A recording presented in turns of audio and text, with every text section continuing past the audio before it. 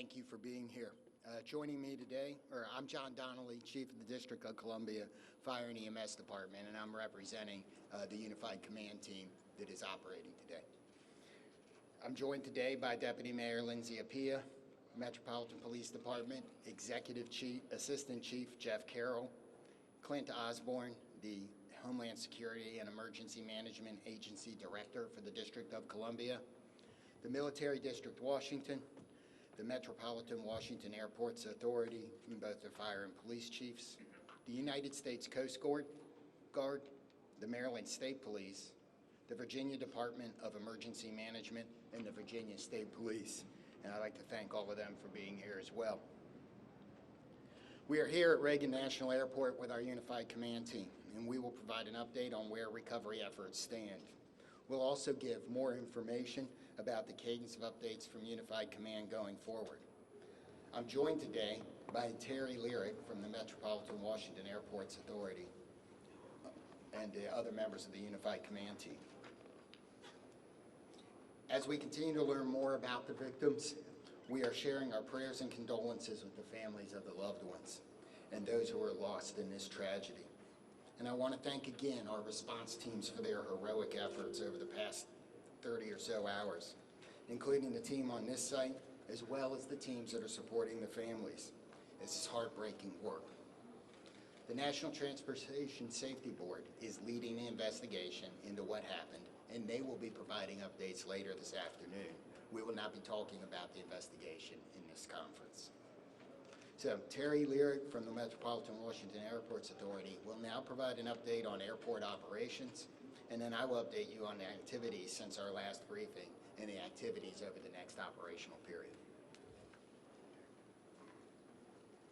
Thank you, Chief. Again, my name is Terry Lyric. I'm the Vice President Airport Manager of Reagan National Airport. Just kind of wanted to give an update on where we stand. As we know, the airport is open and operating. We are in a reduced capacity and a reduced arrival rate due to the proximity of the recovery site. We do have 2 of our 3 runways that are closed. So as always, we do want to encourage passengers to reach out to their airlines for any potential flight delays. Typically, a full schedule here at National Airport would encompass about 800 flights a day using those 3 runways. We've had several, obviously, cancellations yesterday. Airlines are resuming as much as possible normal operations. I think we have about 100 flights or so canceled today. I do want to just recognize a lot of the airport teams who work behind the scenes, and we are here to support and coordinate with the ongoing recovery efforts, as well as working with NTSB in their investigation. With that, I'll just turn over my remarks to the next speaker. Thank you.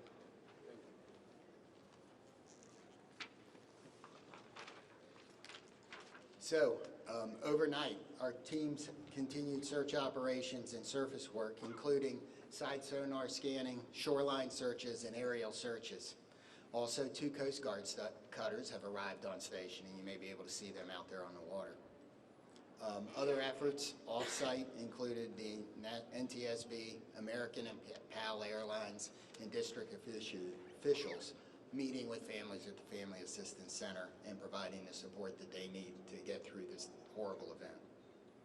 We have recovered 41 sets of remains, and 28 of those victims have been positively identified. And as of 6 a.m. this morning, next of kin notifications have been made to 18 families. Going forward with our recovery operations, search teams will continue to work the site. We'll do side sonar scanning, searching the shoreline, and aerial operations. Our dive teams are working in targeted areas, and additional Coast Guard assets will arrive this afternoon. The salvage crews have begun to arrive on the scene, and they're assessing the work that's going to be needed to recover the aircraft from the water. We expect those operations to begin no later than tomorrow afternoon. The teams are also working the shoreline down the river, as we do expect some debris to be dragged by the current.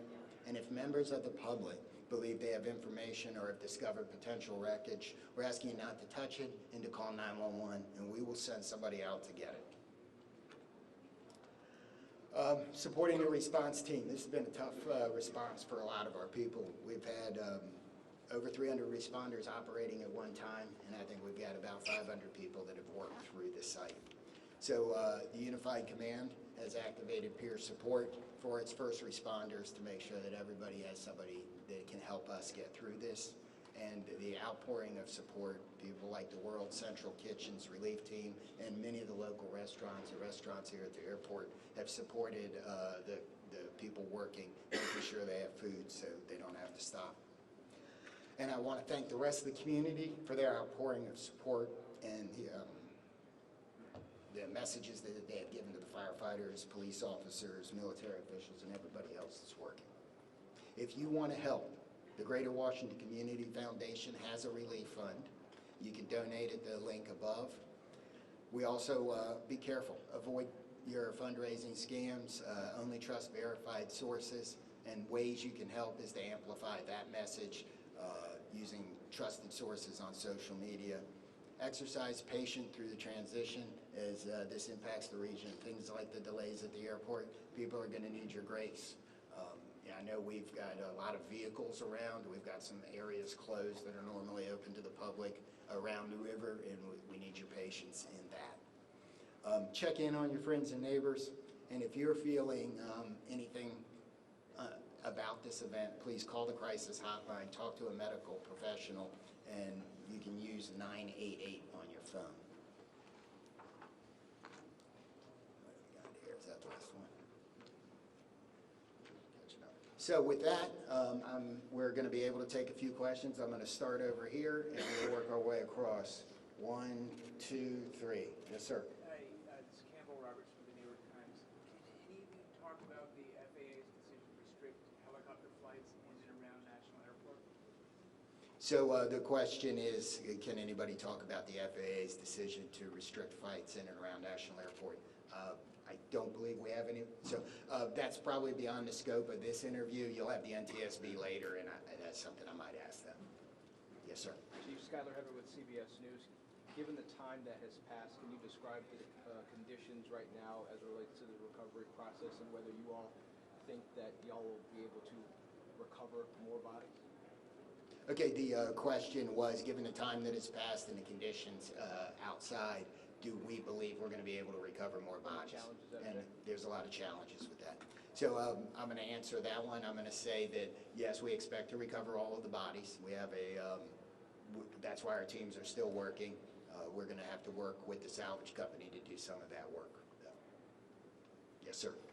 If I may ask a question on behalf of the Reagan National Airport.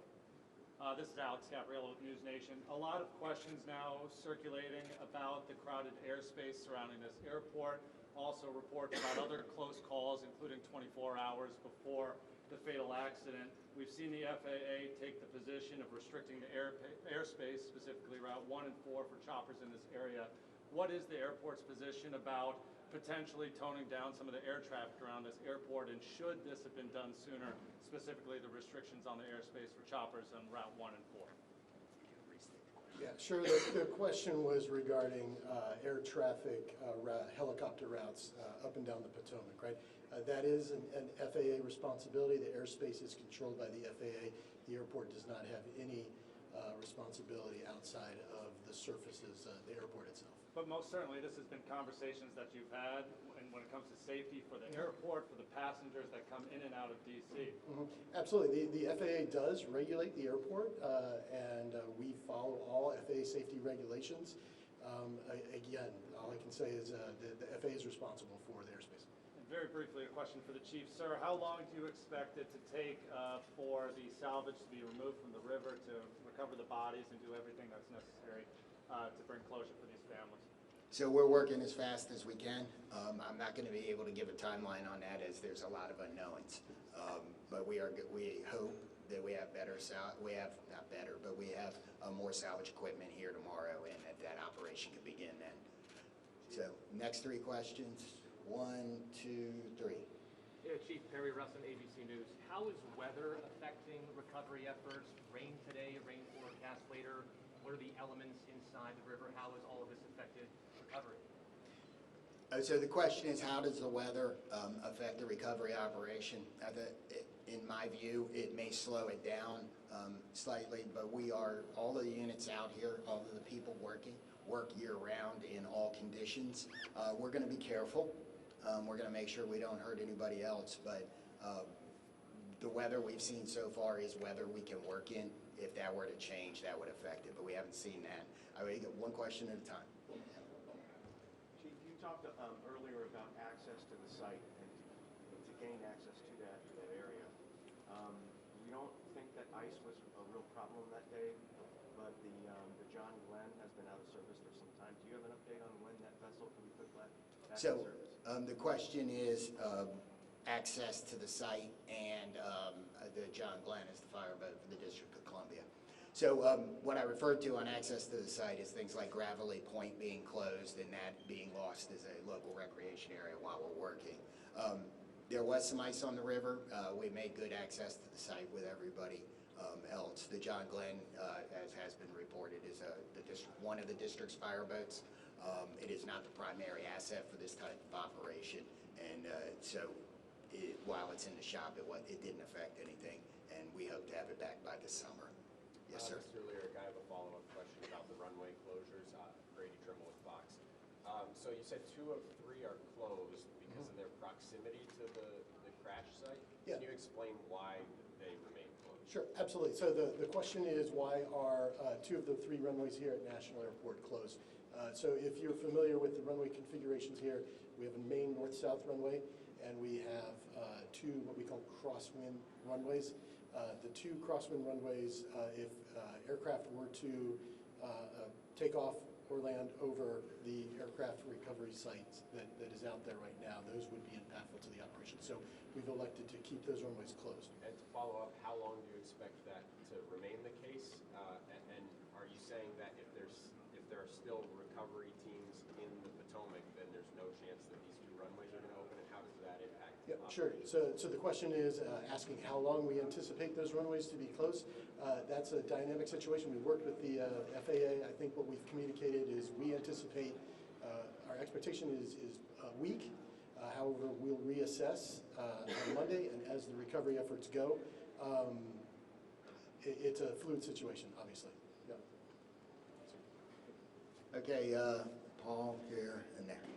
Chief, like talking salvage, can you confirm that you're not going to be able to recover the remaining bodies until you're able to get the fuselage off the floor of the river and onto a barge? And then my follow-up to that is, are you making an effort today to get into the helicopter to recover those 2 bodies? So the question is, do we believe we have to lift the aircraft out of the water in order to finish and find the rest of the remains? And the second part of the question was, are we focused on the helicopter today? And the answer to the first question is yes. I believe for us to recover the rest of the remains that we are going to need to get the fuselage out of the water. The second part of the question is yes, a lot of our operations, not all of them, but a lot of our operations today are focused on the helicopter. Yes, ma'am. Yeah, this question's for Mr. Lyric. I'm about Fox 5 DC. Can you confirm sufficient staffing moving forward in the tower? I don't know if that's in your scope or if that's something. It's not. So the question was regarding staffing in the air traffic control tower. That's outside my scope of responsibility. Chief Donnelly, can you talk a little bit about the toll this has taken on your teams, and specifically how many people still remain? I know on day 1 there were upwards of 300 mutual aid. Who's still out there? So, this is an incident where even if it doesn't affect you right now, it's probably going to affect you later. It'll be something that you think about. So in emergency services across the board, we have support teams. The National Capital Region, all of the departments do. So they've been activated. The International Association of Firefighters regional peer support team has been activated to help support. And the incident management team, as they rotate responders through the scene, are making sure that there are opportunities for them to get the assistance they need. I'm going to ask the Virginia State Police to talk about the peer support he's doing a little bit. I'm First Sergeant Blank with the State Police in Virginia. We are working with our partners. MWA is leading the support for the effort for peer support, but I'm here in support of that effort. And we have several regional partners that are contributing to that, including mental health professionals who are on site from ANOVA and from a nonprofit in the area that are providing support. The Virginia Law Enforcement Assistance Program is also planning to send support, and all of the most of the public safety agencies in the region are providing personnel to assist with that effort. Yes, ma'am. Marielle Harlan with DC News Now. I know that this is an unpleasant question for you, Chief, but we've been hearing reports from people that live along the river and potentially see the partial remains coming up on shore. People are seeing these. Is that anything you're hearing, or is that way keeping people away from some of these shore? So we're not keeping anybody away from the shoreline for any of those reasons. If we've closed off an area like Gravelly Point here, it's because we have emergency access vehicles coming in and out, and we need the access to the river. We have received some 911 calls about either debris or remains. I don't know that we've actually found any remains. We've certainly picked up debris from those 911 calls. So we're going to do 3 more and go 1, 2, and 3 in the back. Yes, sir. Thanks, Chief. Jonathan Kersley from Channel 9 Australia. This is a question for Terry. Terry, as Vice President and Manager of this airport, what concerns have you had specifically about the congested airspace, and have you ever raised those directly with the FAA? So again, the United States airspace is the safest in the world. Safety is one of our top priorities, and we continue to ensure that the airport is safe for operations. To follow up on that, it wasn't safe in this instance. There have been near misses here before. You would have been made aware of those as manager of this airport. Have you raised concerns with the FAA about the congested airspace around Washington's airport? Yeah, I can say again, we work with the FAA, we're regulated by the FAA, we comply with all FAA safety regulations. But that doesn't answer the question. Yes, sir. Can you talk about how much debris has been removed to Hangar 7? At some point, that operation be transitioned to a private company, the NTSB will hire, or will you guys actually put all the debris in the hangar? So that's an investigation question appropriate for NTSB this afternoon. We'll take 2 more. Yes, sir. Tom Reswick, Channel 7. I had a question for Terry as well. As far as the airport took a position against adding extra long-distance flights out of here, and one of the concerns was there's just too much already going on. Do you maintain those concerns because they're supposed to start in the next few months? Are you concerned about safety as those extra flights start? Yeah, thanks, Tom. So the question was regarding the additional slots to DCA. As you know, the slots are federally controlled, federally mandated, and we have to follow federal regulations. Are you still concerned about it? I mean, the airport authority was concerned at the time. Yes, again, we have to follow the federal regulations on the slot controls. Yeah. That's it. Hi, Jim Spellman, CGTN. Terry, one more question for you. You're talking about the FAA, Congress, federally mandated, et cetera. Where does the buck stop with this accident and ensuring that the next flight to take off from this runway is safe? So again, the question is really directed to the FAA and Congress, I believe. Yeah. Last question's right here. You have 41 victims recovered. Are you confident in the location of the others? Where are they? Are you confident that you know where they are? So I think we know where they are. We won't know until we're done. I mean, we're going to continue the search operation, but we've searched a large portion of this river, and we are right there. So, I didn't read. So the question. Let me answer the question again, or let me restate the question. Sorry. The question was, are we confident we know where the other remains are, and that it couples with the question about removing the aircraft. I believe that when we remove the aircraft, that will help us resolve this number. If it doesn't, we will continue the search. Okay. That's the process. You take the salvage, the fuselage out. You're going to put it on just reiterate that process, what that looks like. Removing it, putting it on a barge, is that right? So some of that isn't decided yet. We'll have to see what the salvage team is doing once they get all of their equipment here. So we may have more on that tomorrow, but so I don't know the exact process today. So thank you all for coming today. Hopefully we answered your questions. We are going to do this again tomorrow. I don't have the time yet, but we will push that out so we can provide the same type of update. Thank you.